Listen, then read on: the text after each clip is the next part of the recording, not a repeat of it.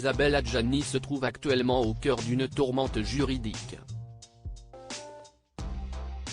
La célèbre actrice fait l'objet d'une enquête concernant des allégations de blanchiment d'argent et de fraude fiscale remontant à 2016. Son nom a été impliqué dans le retentissant scandale des Panama Papers, où elle a été identifiée comme ayant une entreprise offshore aux îles Vierges britanniques. Elle est maintenant confrontée à plusieurs accusations, notamment celle d'avoir prétendument dissimulé une donation sous forme de prêt en 2013, ainsi que d'avoir résidé fictivement au Portugal entre 2016 et 2017. En 2014, des allégations soutiennent également qu'elle aurait fait transiter des fonds via les États-Unis. L'actrice a toujours clamé son innocence. Cependant, elle devait se présenter ce jeudi 19 octobre 2023 au tribunal correctionnel de Paris pour être entendue. On vous en dit plus. Isabelle Adjani, absente lors de son procès, l'actrice a assuré être pleinement en règle tant à l'égard de l'administration fiscale française que de la portugaise et n'avoir aucune dette fiscale ou que ce soit auprès de nos confrères du Point.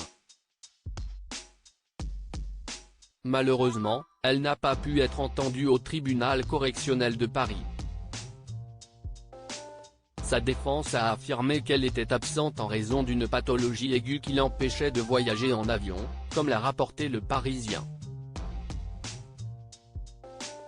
Le tribunal a refusé la demande de renvoi du procès, car il n'était pas suffisamment établi que Madame Adjani avait réellement l'intention d'être présente.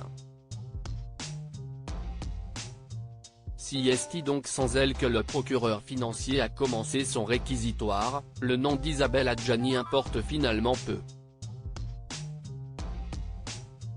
Sa célébrité n'a été ni une raison supplémentaire ni un obstacle aux poursuites. Avant d'être une personnalité publique, elle est une citoyenne soumise à des devoirs. De ce fait, elle est accusée d'avoir pendant des années, et avec l'assistance de professionnels, cherché à diminuer au maximum sa charge fiscale.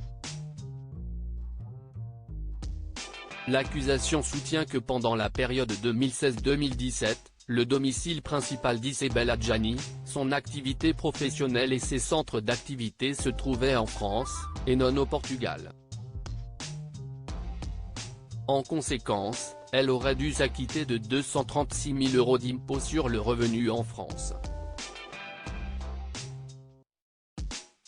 En ce qui concerne le virement de 2 millions d'euros reçu en 2013 de la part de Mamadou Diagna Ndiaye, le parquet national financier, PNF, l'a qualifié de donation déguisée plutôt que d'un prêt. Isabelle Adjani, droit d'auteur Renaud Julienne APS Média Abaca, une peine et une amende colossale. En réalité, le contrat de prêt, bien qu'ayant été signé par les deux parties, ne comportait ni intérêt ni garantie. Selon l'accusation, ce document fictif aurait permis à l'actrice de 68 ans d'éviter de payer 1,2 million d'euros de droits de mutation. Le parquet national financier, PNF, a également requis une condamnation pour blanchiment, alléguant que la somme de 119 000 €, provenant d'une société basée à Hong Kong, avait été transférée vers un compte bancaire américain non déclaré. Cette somme aurait ensuite été versée à la mère d'un proche d'Isabelle Adjani, au Portugal, en vue de l'acquisition d'un bien immobilier.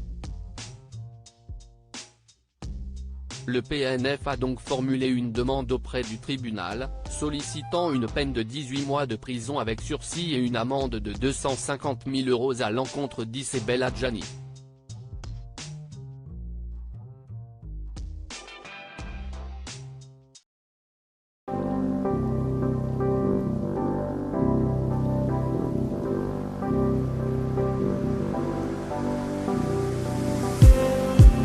Just